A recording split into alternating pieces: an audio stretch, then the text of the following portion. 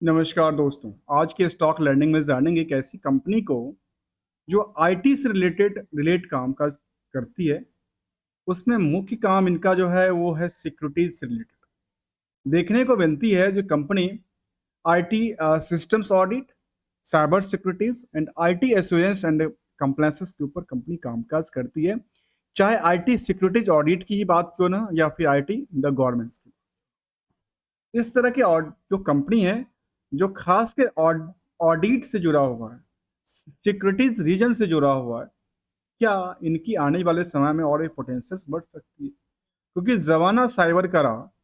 इसी तरह की कंपनी है जिसका नाम है ट्रिपल ए टेक्नोलॉजी। आज की स्टॉक लर्निंग में इसी स्टॉक के बारे में जानेंगे जो कंपनी 2000 2000 ईस्वी में बनी थी और providing the information securities and the security auditing and consultancy पे कंपनी काम कर सकती। जहां पे देखने को ये मिली जो पिछले आज के ट्रेडिंग सेशन की बात कर लें, हम हमेशा लाइव की बात ही करते हैं, तो करीब करीब 5% की सर्किट लगाती है, नियर अबाउट 5% से जंप। जबकि चार्ट की आपको देखें इस स्टॉक को लेकर के, तो चार्ट में लगती है कि लगातार स्टॉक अपनी जो पुराने हिस्टोरिकल डेटा है जिसको कहते हैं ब्रेकआउट, टेक्निकल भाषा में कहते हैं ब्रेकआउट, और ब्रेकआउट को क्या कहती है, तोड़ती नजर आती है। तो क्या यहाँ पे लगातार इस स्टॉक में डिमांड बनती नजर आती है? तो क्या और डिमांड के पीछे कारण कुछ है? तो चलिए आज की स्टॉक लर्निंग स्टार्ट करते हैं, जहां पे फिलहाल प्राइस टू बुक वैल्यू की बात करते हैं स्टार्टिंग में, जो कि फिलहाल 5.5 गुना से ज्यादा बढ़ चुका है। जहां पे बुक वैल्यू कहता है करीब 21 रुपए का, इंटरेंसिक वैल्यू कहता है करीब 36 का। अब स्टॉक में जो भीड़ बनी हुई है, इंटरेस्ट की बात जो निकल के आती है, वो करीब करीब 46 गुने की आसपास। जबकि जो आईटी सेक्टर की बाकी जो और कंपनियां इसकी पीयर्स कंपनी में, उसमें कहते हैं करीब 40 के आसपास। मतलब इंडस्ट्रियल के कंपनी के बेसिस पे यहाँ पे क्या हो चुका है, ओवर वेटेज हो चुका है। तो क्या ओवर वेटेज अभी हुआ है या पहले भी हुआ था? तो इसमें देखने को ये बनती है 147 तक गया था स्टॉक, अर्थात ओवर वेटेज का कारण है। तो यहाँ पे इनकी इस स्टॉक को लेकर के मार्केट में क्या बन रही है, कुछ डिमांड बन रही है। अब डिमांड में देखने वाली बात ये होगी कि क्या ये कुछ चुनिंदे जो बुल कहते हैं मार्केट के, उनके पास ट्रांसफर हो रहा है या आम सभी के पास खरीदारी देखने को मिलता है? तो जहां पे देखा गया कि डेट टू इक्विटी इसके बारे में बड़ा मायने रखता है, और दूसरा part is the current ratio. अब यहाँ पे करंट रेशो काफी ज्यादा देखने को मिलता है 19.50, और डेट्स कुछ नहीं कहता, टैलेंट 0, जो कि दोनों का एक पार्ट है ईपीएस। उससे बड़ा गहरा संबंध है। कैसे संबंध है? ये वो पार्ट है जो प्रॉफिट की आकलन को लेकर के, जितना भी प्रॉफिट या लॉस हुआ उसको नंबर ऑफ शेयर से डिवाइड करके ईपीएस जनरेट किया। अब ये इसकी क्वालिटी हो गई, जिस शेयर की जब फेस वैल्यू है 10 का, तो अर्निंग करती है 2 रुपया 66 पैसे का। अब जो 2 रुपया 66 पैसे की अर्निंग करती है, तो मार्केट में इस अर्निंग के बेसिस पे जो भीड़ बनी, वो बन गई करीब 46 गुने की। जबकि बाकी कंपनियां अर्निंग के बेसिस पे कितने भीड़ है, एवरेज की बात करीब 40 गुने की बात करती नजर। अब आते हैं इस चीज को, एक तो जो पीएल के पार्ट को हम देख रहे थे, इस पीएल में एक वो पार्ट है जो कि प्रॉफिट को क्या करता है, कम करता है, इंटरेस्ट को एक्सपेंसेस बुक कराकर। एक वो पार्ट है जो कि उधार सेल्स के बेसिस पे, उधार सेल्स के बेसिस पे प्रॉफिट को बुक करता है। तो यहां उधार जैसे शब्द नाम निकल के आती है, उसमें जुड़ा हुआ है रिस्क।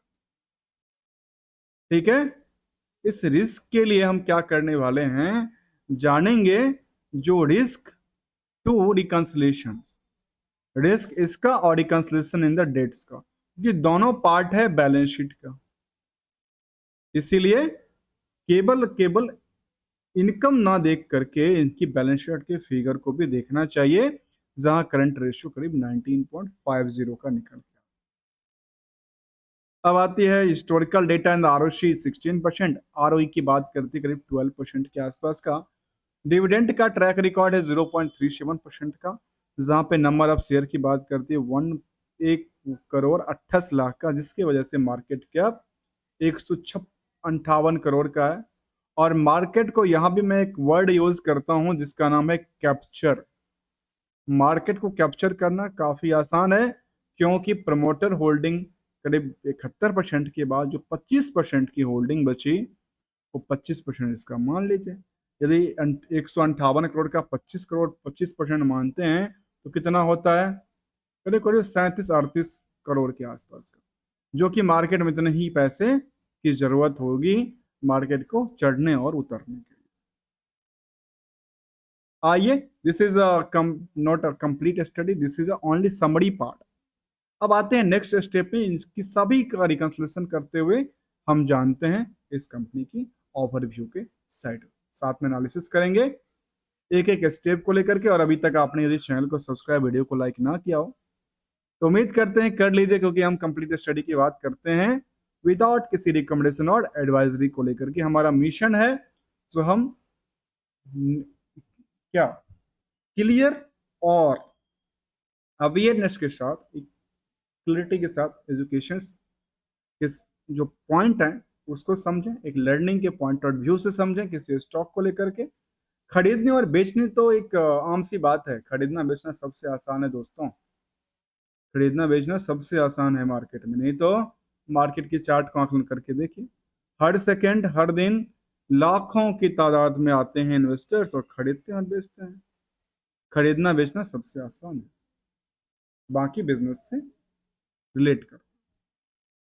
जहां पे पीयर्स के अंदर देखा गया कि स्टॉक में क्या है, ओक्रेविस है, पीबी फिनटेक है, टेटल एक्सिस है, जैसे कंपनी का नाम निकल के आती है, वैसे ही यदि हम इसके बेसिस पे देखें जो कि सिक्योरिटीज से डील करती है, उसमें नाम निकल के आता है सार्थक इंडस्ट्रीज आती है, एनलांस टेक्नोलॉजी आता है, कोरल्स इंडिया आती है, ट्रिपल ए टेक्नोलॉजी आता है। यहाँ की और वहां की दोनों में काफी आकाश पाताल का अंतर है, क्योंकि यहाँ रेवेन्यू मॉडल के बेसिस पे आकलन किया जाता है और वहां मार्केट कैप के बेसिस पे आकलन होता है। इसीलिए हम दोनों तीनों को एक रखते हैं पॉइंट ऑफ व्यू के लिए कि आखिर जो कंपनी का इसका नियरेस्ट टू नियरेस्ट कोरेस्ट पीयर्स कौन का। जहाँ पे रिजल्ट की तरफ अब आती है मैनेजमेंट की लेवल की लेकर के, तो मैनेजमेंट की बात करें तो मैनेजमेंट क्या कहती है इस कंपनी। मैनेजमेंट ने अपनी परफॉर्मेंस लेवल की बात किया तो 3,39,00,000 से 3,57,00,000, जबकि क्यू और क्यू के बेसिस पे जो 9-9.5 करोड़ के आसपास था वो गिर के 3,57,00,000। इसके बेसिस पे ऑपरेटिंग प्रॉफिट 26% से गिर के 23% पे रह गई, और प्रॉफिट के पास जो 62 लाख था वो जंप करके 81 लाख। कुछ अचंभित करने वाली बात लग रही है ना? नहीं, क्योंकि वाई वाई के बेसिस पे इसमें क्या हुआ, इंक्रीज हुआ। कितने की इंक्रीज हुआ? छोटा सा इंक्रीज हुआ। जबकि बाकी क्या पार्ट्स हैं, तो बाकी पार्ट में केवल एक ही सोर्स देखने को मिला। अदर इनकम सोर्स जो 12 लाख के आसपास था वो 35 लाख आसपास हुआ, जिसकी वजह से यहाँ पे देखने को बनती है 81 लाख हो गई अदर इनकम की जोड़ने के बाद। अब आते हैं दूसरे पड़ाव पे, जहाँ पे इसी पड़ाव को हम देखें परसेंटेज वाइज, तो हम कुछ अलग अलग डेटा को लेते हैं। तो परसेंटेज वाइज देखा गया तो ये कहती है सेल्स करीब 6% की नियर जंप करती है। ऐसे ही एक्सपेंसेस की बात करीब 25% की गिरावट दर्ज करती है, और नेट इनकम साइड में कहती है करीब 31% की उछाल लगाती है, और साथ में नेट प्रॉफिट मार्जिन और ईबिटा में करीब करीब 25-26% की जंप देखने को मिला। इसके साथ साथ एक कड़ी को और जोड़ेंगे जो ईयरली बेसिस का होगा, जिसमें एक कुछ क्लैरिटी आएगी तो आखिर ईयर ऑन ईयर बेसिस पे ग्रो लेवल क्या कहती है। ईयर एंड ईयर बेसिस पे ग्रो लेवल की तरफ देखें तो ये अपडेट कहती है कि सेल्स में लगातार कुछ सिलसिला बढ़ी है। कहती है हाँ बढ़ी तो है, लेकिन वही 5%, 10%, 5% से 6% ही बढ़ी है ईयर ऑन ईयर बेसिस पे, जबकि इनके पास जो अदर साइड ऑफ इनकम था वो करीब करीब 30% के आसपास की उछाल, 30 से 40% की उछाल लगाती नजर आती है। इसके अलावा यदि हम प्रॉफिट की आकलन करके देखें तो जो 2 करोड़ 87 लाख के आसपास था वो 3 करोड़ 21 लाख के आसपास हो गया। लास्ट 12 महीने में थोड़ा सा और अट्रैक्टिव बनती रही। मतलब ये कह सकते हैं जो कंपनी के पास जो हिस्टोरिकल डेटा थी उसको तो शायद तोड़ती नजर नहीं आई, लेकिन हाँ सस्टेन करती नजर आती है कुछ सालों में। खास करके कोविड के बाद की बात करें, 2020-21 के बाद की बात करें, तो शायद ये 2 करोड़ वाली पोजीशन में 3 करोड़ 21 लाख तक की पोजीशन को टच किया, जिसकी वजह से ईपीएस में भी काफी फर्क पड़ा है। अब आते हैं इसी को परसेंटेज भी ले लेते हैं। तो परसेंटेज के बारे में कहती है कि सेल्स में करीब करीब कितना 3% से ज्यादा की वृद्धि हुई। इसी लेवल पे ऑपरेटिंग एक्सपेंसेस में 5% की गिरावट थी। नेट इनकम साइड में देखने को मिला करीब 11% की गिरावट के साथ, जंप के साथ। जो इबिटा की पार्ट थी उसमें 20% की उछाल देखने को मिली। अब आते हैं इसी सिलसिला को आगे बढ़ाते हुए, जो कि प्रॉफिट हमेशा एक बुक्ड किया हुआ वैल्यू है। इस बुक्ड किया हुआ वैल्यू के पीछे हमें रिस्क को भी जानना जरूरी है और रिकंसलेशन भी हम देखने वाले हैं। चलिए आते हैं बैलेंस शीट की तरफ, क्योंकि यही एक इम्पोर्टेंट है। क्योंकि बैलेंस शीट को इसका रीढ़ की हड्डी कहा जाता है, जिसको बैकबोन कहिए। तो यहाँ पे क्या नजर आता है, बोरोइंग्स पार्ट में कोई भी ऐसा अमाउंट्स देखने को नजर नहीं आई है। इसके अलावा की बात करें तो इनके पास जो फिक्स एसेट्स की पार्ट थी उसमें थोड़ा सा कमी देखने को मिला। और कमी के देखने के बाद इसमें जो रिस्क फैक्टर में सबसे बड़ा रिस्क की बात करें, जो उधार सेल्स को लेकर के कहती है, उधार सेल्स में क्या बनती है, वो कहती है नियरली करीब 6 करोड़ के आसपास की मार्केट में पैसे फंसे हुए। अब सवाल आता है कि 6 करोड़ जो पैसा फंसा हुआ है इसके लेकर रिस्क क्या कहता है, और रिस्क में नंबर ऑफ डेज क्या कहता है। तो नंबर ऑफ डेज के हिसाब से यदि मार्केट ठीक ठाक है तो रिकवरी हो सकती है, अदरवाइज बैड डेट्स के चांसेस क्या होती है, थोड़ा ज्यादा बन जाता है। यहाँ पे देखने को मिल रही है कि कंपनी के पास जो पुराना हिस्टोरिकल डेटा है उसमें कहती है कि यहाँ पे इन्होंने इम्प्रूवमेंट किया है। जो करीब 4 महीने से ज्यादा का हुआ करता था वो थोड़ा सा कम देखने को मिला, नियर 4 महीने के अंदर आई रिकवरी ने टीम ने कामकाज किया है। लेकिन जो 6 करोड़ का मार्केट में फंसा पैसा है, यदि उसको पीएल से आकलन करके देखेंगे तो पूरे के पूरे जितना प्रॉफिट वो किया है उतना पैसा अभी तक कुछ आया ही नहीं है। सब के सब मार्केट में लगे पड़े हैं। जब तक कह सकते हैं कि इतना तो प्रॉफिट पड़ा ही है, प्रॉफिट के अलावा इसका 3 करोड़ और भी मार्केट में खुद की पॉकेट का जो प्रोडक्टिविटी है वो भी लगाओ। आते हैं इसी सिलसिले को आगे बढ़ाते हुए जहां पे हिस्टोरिकल डेटाबेसिस कुछ कहती है, और वो ये कहती है जो जो कंपाउंडेड सेल्स ग्रोथ में नियरली 3 साल में 22% की जंप देखने को मिला। कंपाउंडेड प्रॉफिट में 41% की उछाल बनाई, और स्टॉक प्राइस सीजीआर ने पिछले 1 साल में करीब 80% तक की उछाल दिया है। रिटर्न इक्विटी भी नियरली देखा गया कि करीब 12 से लेकर के 11 से लेकर के 14% के बीच में, रेजिस्टेंस सपोर्ट के बीच में कारोबार करती नजर आई है। अब इसी सिलसिले को आगे बढ़ाते हैं। सबसे पहले देखते हैं चार्ट के लेवल पे, तो चार्ट क्या कहते हैं। चार्ट के लेवल पे हम देखते हैं पिछले 1 महीने की चार्ट में, जहां अपने मूविंग एवरेज को टच करती, जैसे ये टच किया मूविंग एवरेज के पास, वॉल्यूम नहीं थी मार्केट में। वॉल्यूम की बात करें तो वॉल्यूम उतनी ज्यादा नहीं थी, 2-3 दिन से वॉल्यूम के ज्यादा की वॉल्यूम क्या कहती है, नियर अबाउट इस लेवल की वॉल्यूम थी। अर्थात वॉल्यूम कह सकते हैं जो वॉल्यूम कितना आ रही थी, करीब 40,000 के आसपास की वॉल्यूम थी। लेकिन जैसे इस प्राइस पे आसपास आई, मूविंग अपने एवरेज पे टच किया, कि मार्केट में सीधे के सीधे 20,000 एक्स्ट्रा वॉल्यूम आई, जिसकी वजह से क्या हुआ, मार्केट में उसके बाद उछाल बनाने की प्रयासरत रहा। उसके बाद मार्केट में क्या हुआ, उछाल बनाना चालू कर दिया और वो दोबारा वॉल्यूम इंक्रीज करती नजर आई। मतलब इसको कह सकते हैं यदि अपनी इसी महीने की अपनी डेटा को तोड़ना चाहे तो कह सकते हैं जो अपने इसकी डेटा को तोड़ना चाहे तो तोड़ सकती है, जिसकी फिलहाल प्राइस ये कहती है, और ये ब्रेकआउट को तोड़ती है तो मार्केट के लिए क्या पड़ेगी, इसकी हायर टू हायर फिर यहाँ के लिए होगा। जो इस महीने की ब्रेकआउट की बात करें, वैसे तो ब्रेकआउट अलग अलग तरीके से निकाला जा सकता है, चाहे वीकली बेसिस का हो, मंथली का हो या 6 मंथली का हो। इसके बाद देखा जाए तो इसकी जो न्यूरेस्ट होगी वो ये कहती है नियरली 130 के आसपास की।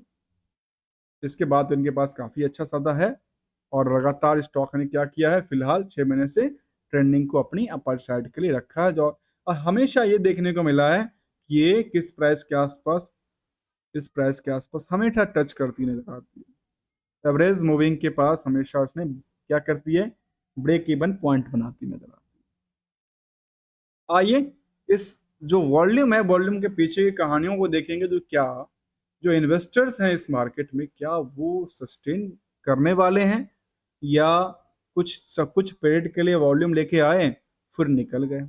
ऐसे ही आंकलन की तरफ हम चलते हैं, जहाँ पे ऑनरशिप की बात करते हैं। उससे एक नज़र पहले जो बैलेंस शीट की फिगर को हमने देखा था, उसमें दो चीज को देख लेते हैं, खास करके उन पार्ट को जो कैश को लेकर कहती है कि 60% की जम थी, और एसेट्स पार्ट में 6% की उछाल के साथ इस लायबिलिटी में करीब 36% की गिरावट दर्ज करती है।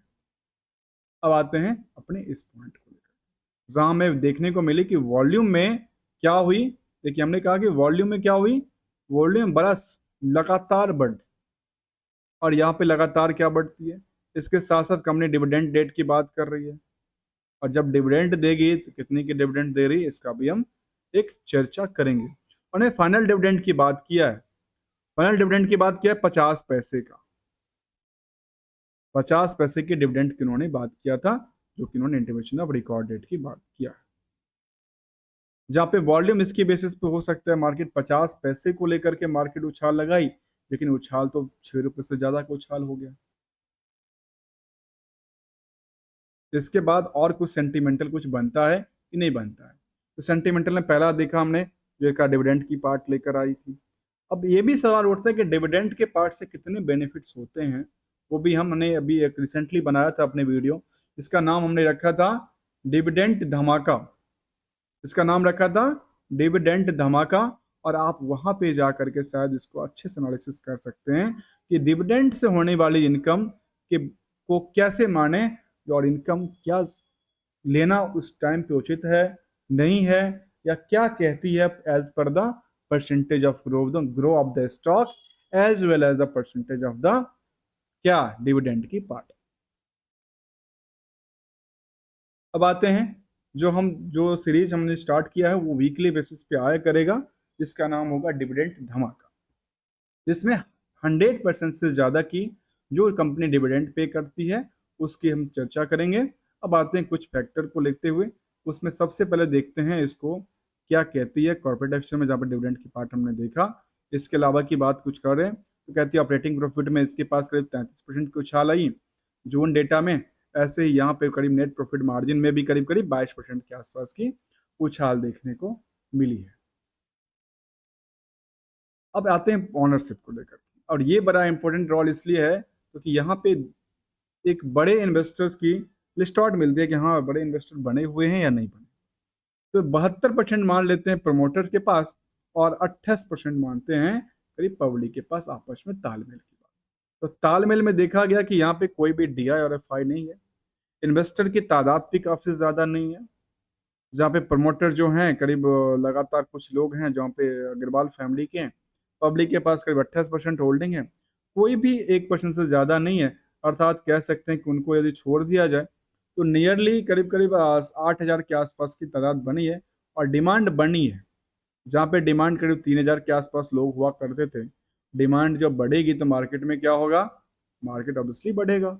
इसलिए जो देखने को मिला है, जो यहाँ पे स्टॉक में डिमांड बढ़ी, इंटरेस्टेड की बात वही थी, जहाँ लगातार क्या हुआ, शेयर होल्डर बढ़ती नजर आई, इसलिए इसके स्टॉक के डिमांड में प्राइस बढ़ती नजर आ रही है। जो कि परफॉर्मेंस लेवल की भी बात करें तो पिछले कुछ दिनों से, कुछ सालों में इस कंपनी ने अपने निवेशकों को करीब 1 महीने में 7% की रिटर्न दे चुका है। 6 महीने के डेटा में करीब 18% की उछाल दे चुका है और रिस्पेक्टिवली द 1 साल और 5 साल में देखने को मिलती है करीब 87% से लेकर के 72% की उछाल बना के दिया है। इस स्टॉक को लेकर के हमने पॉइंट आउट लिया, समझने का प्रयास किया। एनालिसिस इसके बारे में ये कहती है जो डेट्स फ्री कंपनी रही है, हेल्दी डिविडेंड का पार्ट रहा है और यहाँ पे इम्प्रूवमेंट की बात करती है डेटर्स डे को लेकर के और वर्किंग कैपिटल भी इम्प्रूवमेंट करती रिड्यूसिंग करती नजर आई है और ईयर इक्विपमेंट के बाद भी 15 साल में 11-12% की जो कि थोड़ा सा लो रिटर्न बेस बनी नजर आती है। और यहाँ पे ट्रेंडिंग ये दर्शाता है जो मार्केट में ट्रेंडिंग जो वॉल्यूम वाली मार्केट में आती है, वॉल्यूम ही सब कुछ संकेत देता है जो वॉल्यूम क्या करने वाली है, वॉल्यूम क्या ऊपरी सतह के लिए आ रही है, निचली सतह की आ रही है, तो वो एक संकेत देता नजर आ सकता है। अब एक आती है मास्टर रूल की तरफ, और मास्टर रूल ये कहता है जो स्टॉक में एंट्री और एग्जिट हमेशा ही होता है, ऐसा नहीं होगा तो मार्केट में क्या होगा, फिर मार्केट में ट्रेडिंग ही बंद हो जाएगी। तो इसके लिए एक ही रूल है, इसका नाम है टारगेट। मन की टारगेट क्या है, लॉन्ग टर्म के लिए है, टर्म पॉलिसीज के लिए है या ग्रो लेवल के लिए, दोनों को आपस में कंबाइन करना पड़ेगा, इसको हाइब्रिड बना करके। इस हाइब्रिड में यदि ये इस लेवल से जो मन की टारगेट है उस टारगेट से अचीव ग्रो लेवल पे जंप चलती नजर आती है तो टारगेट जो टर्म है उसको बढ़ाया जा सकता है, नहीं तो क्या इसको एशल के माइंड में नोट करके रखना चाहिए, उसके बाद ये भी निकाला जा सकता है। तब तक के लिए thank you so much for, आपकी कमेंट्स का इंतजार रहता है और आपकी कमेंट्स हमारे लिए काफ़ी वैल्यूबल्स होता है। Thank you so much for joining here. आज की स्टॉक लर्निंग हमने सुना जाना और ट्रिपल ए टेक्नोलॉजीज को लेकर के जो कि कहती है कि प्रीमियर इन द, बाकी सारे यहाँ पे कुछ क्या हैशटैग चल रही थी, यहाँ पे एक हैशटैग चल रही थी, Forbes India cover triple A की बात कर रही थी। इसके अलावा ऑडियो की बात करते हैं, premium independence auditing and the consulting company की लिस्ट में निकल के आती है।